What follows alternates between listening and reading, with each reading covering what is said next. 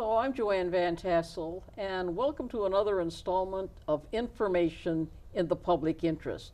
Today my guests are Bob Smith, who is Chief of the Orion Township Fire Department, and his assistant John Pender, who is the training coordinator for the department. And with Fire Prevention Week coming up from October 6th through the 12th, I thought this would be a good time to have people from the fire department come and talk about fire prevention and what goes on. So, Bob, tell us a little bit about the plans for Fire Prevention Week here in Orion Township. Well, first of all, thank you for having us, because fire prevention, although it's highlighted during October, is really a 12-month or 52-week thing. But hopefully we're going to get out and get the information. Starting October 6th, we will be at the Home Depot from noon to 4 p.m. We're having an apparatus display there in conjunction with Home Depot. They're teaming up and doing their children's workshop that day also. We'll have several departments out there, live demonstrations of cutting up cars and passing out valuable information for the kids to parents to see about fire safety and stuff like that. And then we're going to end up that week on the 13th. We're going to be at each of the stations, our annual open houses, and that's stations 1, 2, 3, and 4. You can look up the addresses, or I believe they're going to post the addresses.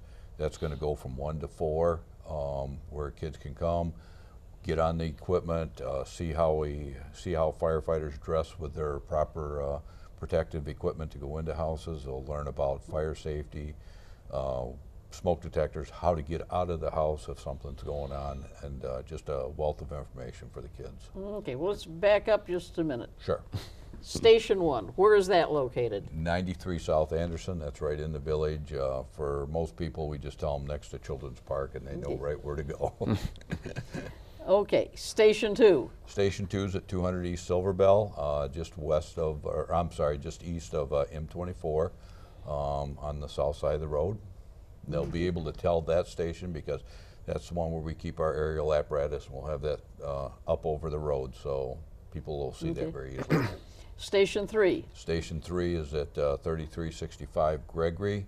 That's just west off of Baldwin in the Gingellville village area, right behind Chuck Sunoco. Okay, and Station 4. That's probably the hardest one to find because I don't have any landmarks for that one, but it's on Baldwin Road between Clarkston and Indiawood. It's just south of the roundabout. South of the roundabout. Right. Yes, I forget that everybody hates the roundabout. And there will be officers, firemen. There'll be several firefighters at each station to be able to meet with the parents, meet with the kids, to show them, give them a tour of the stations, and like I said, pass out materials and stuff like that. There'll probably be anywhere from 4 to 6 firefighters at each station. Okay, what is a key ingredient for the average homeowner to know or to have to prevent fires or to be able to respond in case there is such an emergency? Well, I'd like to start with what to do in a case of emergency. Okay. A lot of people, homeowners and that, they don't realize the severity of what may be going on at the time, whether it's a small fire in a trash can, whether it's a stove on fire or anything like that. A lot of times they don't react right away and they don't call 911. They think we're going to charge them a price when we come out. They've already paid for that in their taxes. It's a free service for us to come out and check to make sure. The embarrassment of, I don't want a bunch of trucks in my front yard and everything. Well, if you let it get out of hand, there's going to be more than just a couple trucks out front. The way our operation works, we usually have an officer that probably will respond in his own personal vehicle. If he thinks it's small enough or we can get it out or it's not that big of a deal, he'll stop the truck. So we don't have a whole lot of trucks out front. But what people have to understand, right now, national average, a fire will double in size every 15 seconds. Every 15 seconds? Every 15 seconds. Wow. This is because of all the man-made materials that we use in our houses now. We don't use the thick wood like 2x4s, the full 2x4s and that. We use a lot of lightweight wood, lightweight products, a lot of plastic. Even if you look around in your house, look around here in our studio, there's nothing that's not plastic anymore. And this is where the fires, they just get out of hand. And to be honest with you, it's not the fire that kills people. It's not the fire that injures people. It's the smoke. And plastic gives off such a toxic smoke. Even a small decorative tree that's a plastic tree or something like that will give off enough smoke to kill an entire family before they can react to it. So that's why it's very important people understand that there's no small emergency that they can get out of hand real quick. So get us coming, let us determine and do what we can to preserve what we can. So you want them to call 911 first, get the family out of the structure, and call 911. Correct. From there, we encourage the kids and parents to work on an escape plan. Make sure that once you get out, you go to a certain area.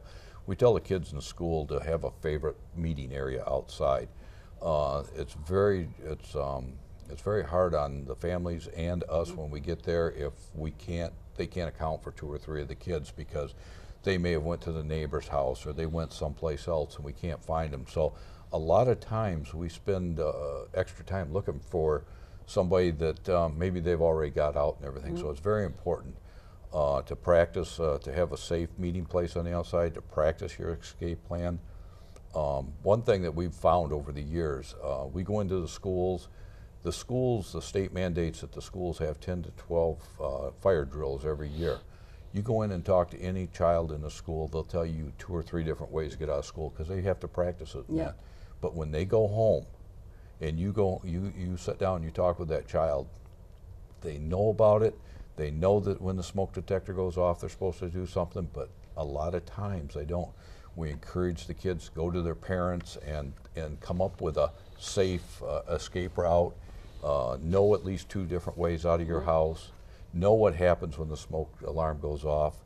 One thing that we run into a lot of times when we're in schools and we ask the kids is, what's it mean when the smoke detector's going off? Well, about half the kids from kindergarten on up, they raise their hands and says, Mom, burned the supper tonight and stuff like that. And it's cute, but at the same time, this is what they do. They get sensitized to them and they don't react like they should. So. Okay, John, tell us a little bit more about the smoke alarms, where they should be located in a person's house, and well, you should have one on every floor in every sleeping area. Yeah. You know, if you have a handicapped person, have one that flashes or things like that. I think smoke detectors are great. I think they should be everywhere. But like the chief said, you need to know how to use them. My own kids, when the smoke detector goes off, they grab a rag and start thinking, and that's my children. So, you know, and know what they sound like. Is that an advisable thing to do? No, it's not. They should get out, and I tell them, you know, even if it's going off because I burnt toast or whatever, you know, we should go outside and just to get into the practice of it. Another thing I do with my kids is once in a while in the middle of the night, set it off just to see what they'll do. Will they get up and go out?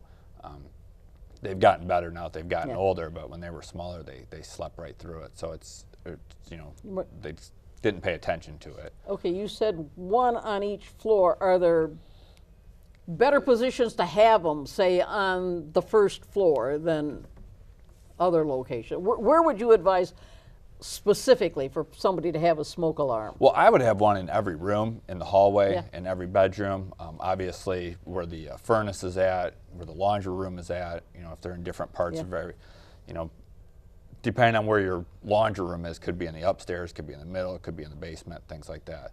Just to have one in every room. For some families, it's not practical to have one in every room. If they had one on the first floor, what is the optimum location for that? I would say in the hallway outside the bedrooms, you know, because that's when you're sleeping so you can hear it. Okay, assuming that all the bedrooms are on the second floor. What's on the first floor? Where on the first floor would you put? I guess in the kitchen area. Well, by the stairway going to the second floor. Yeah. But in all reality, you want to have one on each floor, and you need to have them interconnected. They've made it so easy anymore. You go to any hardware, Home Depot, or any store like that, and you look, and they've actually labeled to use in a bedroom area, to use in a kitchen area, because that was one of the problems we had with smoke detectors when they first come out, is people were disconnecting them because, again, just a small smoke from overheating the toast or somebody's shower and stuff like that. So they've made it really simple. But I know that there's a lot of people that probably can't afford to have them hardwired in that. And what happens now is all homes that are built have to have a hardwired smoke detector on every floor and in the bedroom areas, and they all go off together. For those that can't, believe it or not, there's actually, they're starting to make wireless now, so you don't have to worry about running wires through the house and everything. The other thing that you brought up too is if somebody cannot afford it, get a hold of us. We have ways and opportunities. We'll make sure that you have smoke detectors. I don't want any family to not have a working smoke detector in their house. Okay, and if somebody wanted to get a hold of the fire department to get a smoke detector, what do they call? What do they do? You could call 248-391-0304, extension 134. That's over at our administration offices. Ask for myself, Bob Smith, or Jeff Williams, and we will make sure that happens. Okay. Like the smoke detectors, and they've made it so simple for you anymore.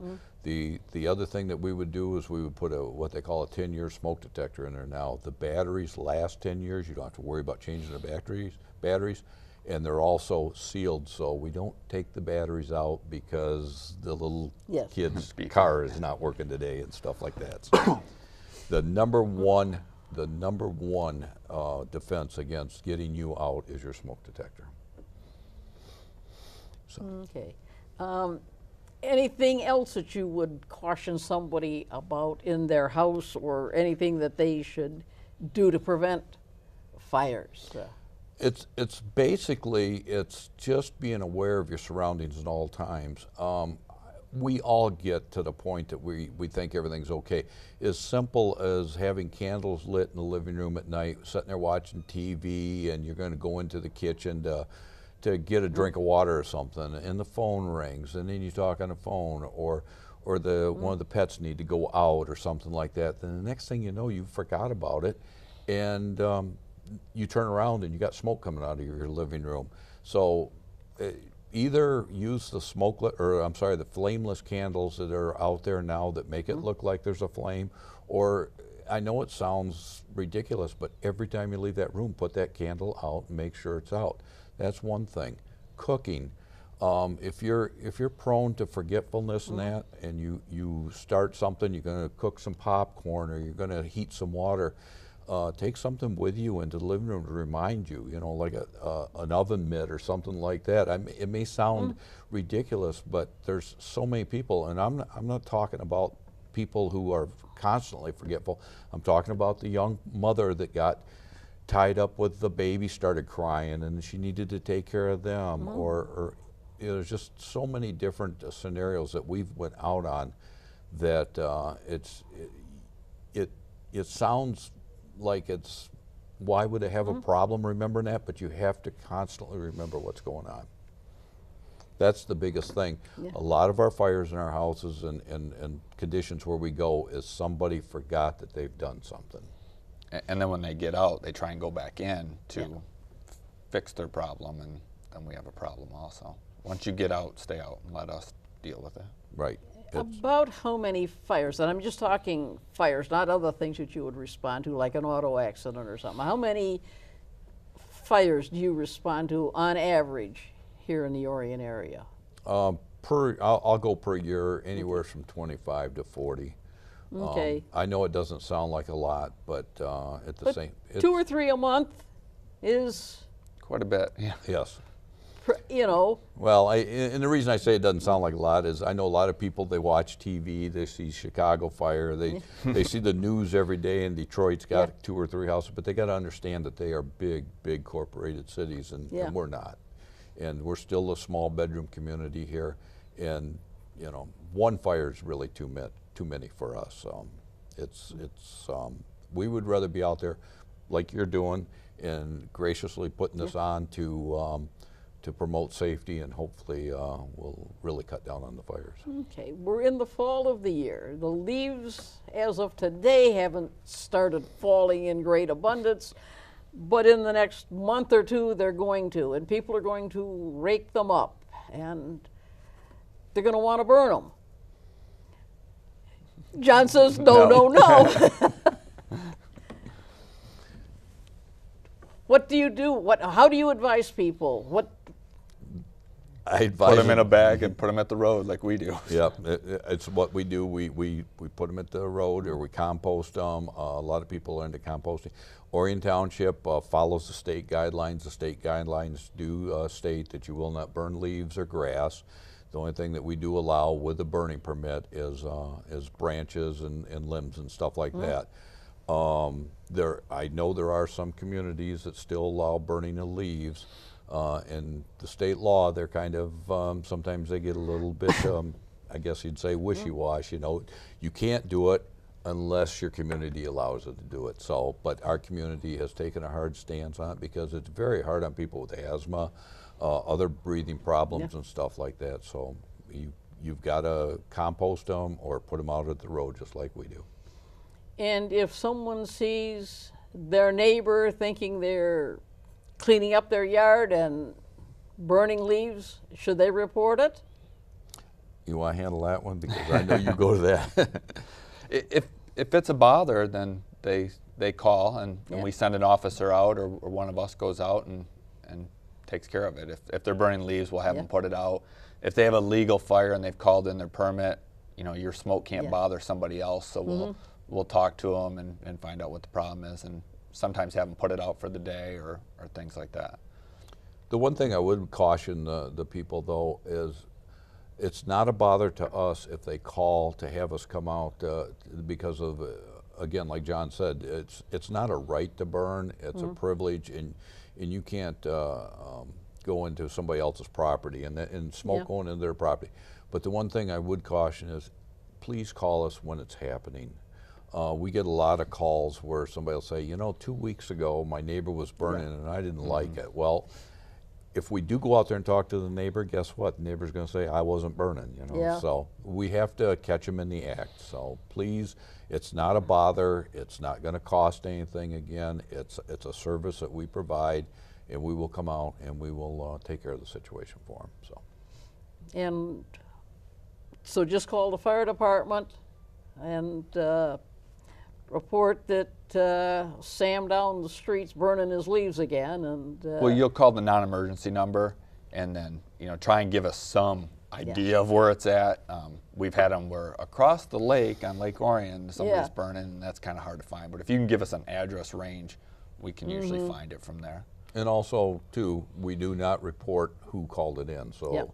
So you're not tattling, you're not squealing on the neighbor, and we're not going to get you into a neighbor fight. We just go out there and we handle it professionally by telling them they can't do it and ask them to put the fire out. And when somebody does call, they're doing a good deed, because maybe there's somebody else in the neighborhood that's got emphysema or asthma or some other lung-related or breathing problem that is really adversely impacted by the smoke from burning leaves and things like that. Right, and kind of what I tell the people is your smoke can't bother your neighbors, any of them, and if people have to live with their houses closed up, that's not fair to them either. So most people are real good about putting them out, and they understand. There's a lot of days during the fall or even in the spring where it's a beautiful day. It's not going to be beautiful much longer because of the winter, so they like to air out their houses and stuff. And then you've got John Doe down the road and he's filling your house with smoke, and it's not fair to them. So. Okay, something else that's coming up at the end of October is Halloween. What tips do you have for parents with young kids or teenage kids that are going to go out trick-or-treating?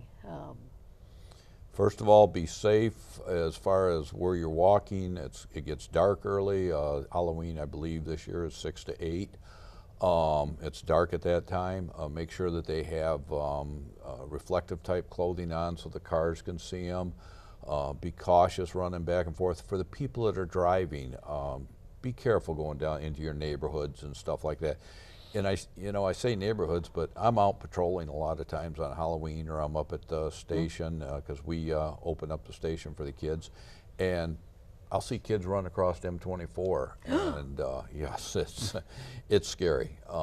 You wonder where the parents are and stuff like that. Parents, if they're preteens, parents should be with them. It's unfortunate, and I'm sure you and I, when we were kids trick-or-treating, we could go all over and didn't have to worry. In today's world, you have to watch your kids at all times. You never know what's out there. I was going to, and I apologize, I was going to check with the village police department. They have in the past checked candy. I don't know if they're going to be doing it this year or not, but they can, if you're concerned about your candy, the kids' candy, they can call and find out. You want to have clothing that lights up. The other thing I caution is when you buy that costume for the child, make sure that it's got some kind of a UL sticker on it. I did this program for Halloween about 10 years ago. I got a couple of costumes from Kmart to show, and lo and behold, neither one of them had UL, and they were made in China, and they had no flame resistance to them at all. And I was shocked myself to think that they were still being sold in a big name store like Kmart. So you want to be careful with that. Make sure that they're not around candles and stuff like that, because that would be just disastrous to have start out with a fun night and have a kid get burned because their costume burned up. So as the kids are out going door to door, warn them about certain things, such as beware of decorations that might have an open flame.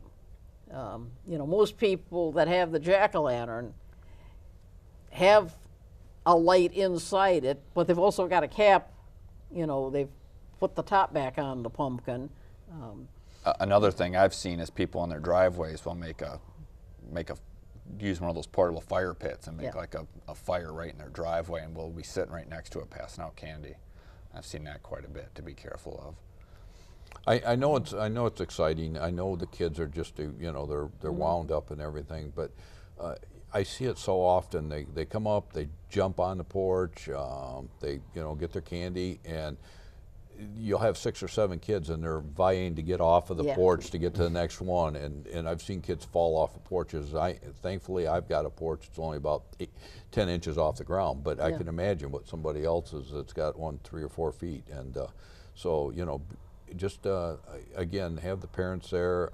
I know they really enjoy watching the kids, and you'll see them from the sidewalk watching them be kind of independent and everything. But it's dark, and not everybody thinks you got to light your house up as much as you can with a porch light and stuff like that. But some people are really into Halloween, and they like to have the darkness and the scariness, and that's all goes with the ambiance. But you got to think of the kids' safety. So. Any other advice? You talked about the costumes that have the reflective stripes on them or things of that nature. But, Mom makes the costumes for the kids, and you can't go down to the fabric store and buy it with reflective. What's something else they could do? They have the light sticks that you can get. You can get those at the dollar store. That's what we buy for our kids, and they go together and they make necklaces and they turn into bracelets and things like that, and it lights them up pretty good. They sell those necklaces with the blinking flashlights on them that work real good too. So, or give the children a flashlight. And the costumes, you want to make sure that they're not dragging the ground, that they're Yeah. up a little bit so they don't get their feet tangled up in them. And make sure that they're not hanging way low in Yeah. case they do reach over and there is a candle in where they're getting the candy from and stuff like that. Masks, another thing. Make sure that they can see clearly out of those masks. You know, I know a lot of people do not even advocate masks. You know, take some makeup and make up their faces and stuff like that, because again, their kids are out running and they want to get to the next one, and here pretty soon the mask starts going down over their eyes, but they don't stop to pick it up. So Will you have this Halloween safe information at your open houses? yes, we will. Yes. Okay. Well, I want to thank Fire Chief Bob Smith and Training Coordinator JoAnn Pender here visiting with us today and talking about Fire Prevention Week that's coming up and things people can do to be safe. And again, Fire Prevention Week is October 6th through the 12th. And there will be a special demonstration on the 6th at Home Depot. And then you're having your open houses on the 13th, which is a Sunday. Correct. At each of the fire halls, and encourage people to visit, meet their local firefighters, meet the people who are working to protect them, get information, and have a fun time by allowing the kids to climb up and blow the siren and maybe shoot a fire hose and do other things, so that they understand what all goes into providing the protection that these marvelous people provide here in our community. And again, thanks to Chief Bob Smith and to Officer Pender for being here today. This has been another installment of Information in the Public Interest, and thank you for watching.